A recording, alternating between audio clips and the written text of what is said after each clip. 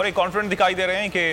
وہ ڈٹ کر مقابلہ کریں گے۔ سینئر اینکر پرسن امیر عباس بھی ہمارے ساتھ موجود ہیں۔ امیر عباس صاحب، اپوزیشن کی اسٹریٹجی کو آپ کیسے دیکھ رہے ہیں؟ اپوزیشن جو ہے ایسے لگتا ہے کہ ایک کے بعد ایک پتا پھینک رہی ہے۔ اس سے پہلے وفاق میں جب انہوں نے تحریک عدم اعتماد پیش کی تو حکومت کی جو جوابی کارروائی تھی اس کا کاؤنٹر اپوزیشن کے پاس موجود تھا، تو اب کچھ ایسے ہی لگ رہا ہے کہ پنجاب میں بھی اسی طرح کی ایکٹیویٹی دکھائی جائے گی حکومت کی جانب سے، یا پھر آپ کو لگتا ہے کہ تحریک عدم اعتماد 14 دن کے اندر اندر پیش ہو جائے گی؟ جی دیکھیں، پنجاب میں تو اس کی کامیابی بہت آسان ہے، کیونکہ جو پنجاب کے آپ کے ایم پیز ہیں ان کو بہت زیادہ کنسرن ہے عثمان بزدار کی گورننس کے لحاظ سے، اور اگر مرکز میں تبدیلی آتی ہے تو پنجاب میں تبدیلی تو آپ سمجھیں کہ جسے کہتے ہیں نا ڈومینو ایفیکٹ، ڈومینو ایفیکٹ کے تحت پنجاب میں تبدیلی تو فوری طور پہ ممکن ہے۔ اور یہ صرف پنجاب کی حد تک نہیں، اب تو وہ اعلان کر چکے ہیں کہ خیبر پختونخوا میں بھی لے کر آئیں گے، اگرچہ وہاں لانا آسان نہیں ہے، وہاں 2/3 یا نیئر ٹو 2/3 میجورٹی ہے اور وہاں اتنے لوگوں کو توڑنا آسان نہیں ہے، لیکن جب ملک میں ایک ہوا چل پڑتی ہے تو پھر اس میں بہت سارے پتے ویسے ہی بہنا شروع ہو جاتے ہیں۔ اسی طرح آزاد کشمیر میں بھی ووٹ آف نو کانفیڈنس لائی جا رہی ہے، اور جو مسلم لیگ نون کے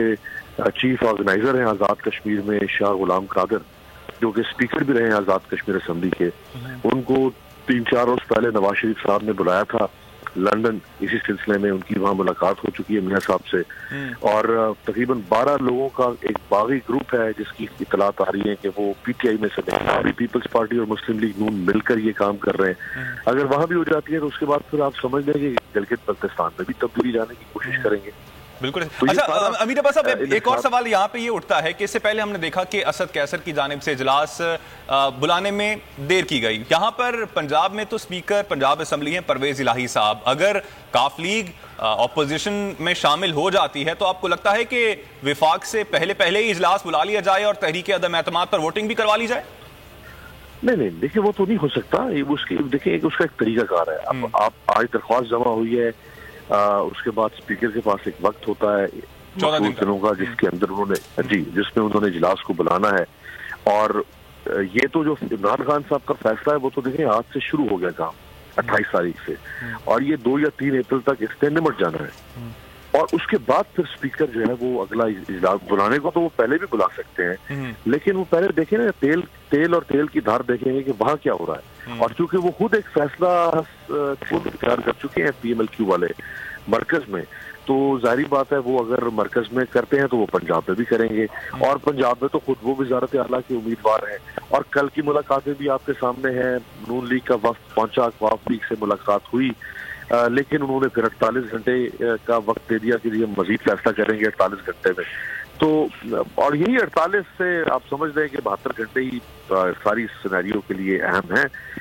جب یہاں ہوگا تو ڈیفینیٹلی پنجاب میں تو کسی قسم کی کوئی رکاوٹ نہیں۔ اچھا کوئی ایک اور سوال کا جواب آپ سے چاہوں گا، میں بس ٹائم کا بس ایک لاسٹ سوال کا جواب چاہوں گا، گزشتہ روز جو پاور شو کیا گیا اس کا اثر ہوگا ان تحریک پر جو وفاق میں پیش کی گئی ہے اور پنجاب میں؟ نہیں دیکھیں، اس میں کوئی شک نہیں کہ وہ ایک اچھا شو ہے۔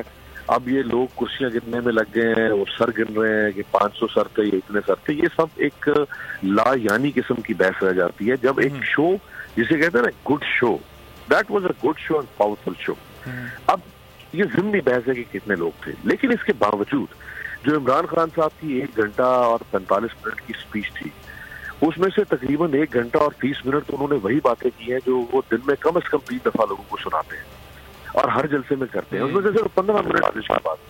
اس سازش کی بات کے اندر بھی وہ کچھ ٹھوس چیز قوم کے سامنے نہیں رکھ سکے، نہ کسی ملک کا نام لیا،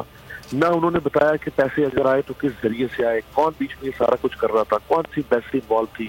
کس طرح ان کی انفارمیشن ملی، پیسے یہاں پہنچے کس طرح سے، وہ ساری ایک ابہام پر مبنی گفتگو انہوں نے کی سازش کے بارے میں بھی، تو اس کا ایک امپیکٹ جلسے کا ضرور بنے گا کہ ایک جلسہ، اور یعنی وہ یہ ضرور بتا رہے ہیں لوگوں کو اور بتا چکے ہیں کہ آپ یہ مت سمجھیں کہ میری سیاست ڈیڈ ہو چکی ہے، میرا سیاسی مستقبل ڈیڈ ہو چکا ہوا ہے، لوگ میرے ساتھ نہیں ہیں،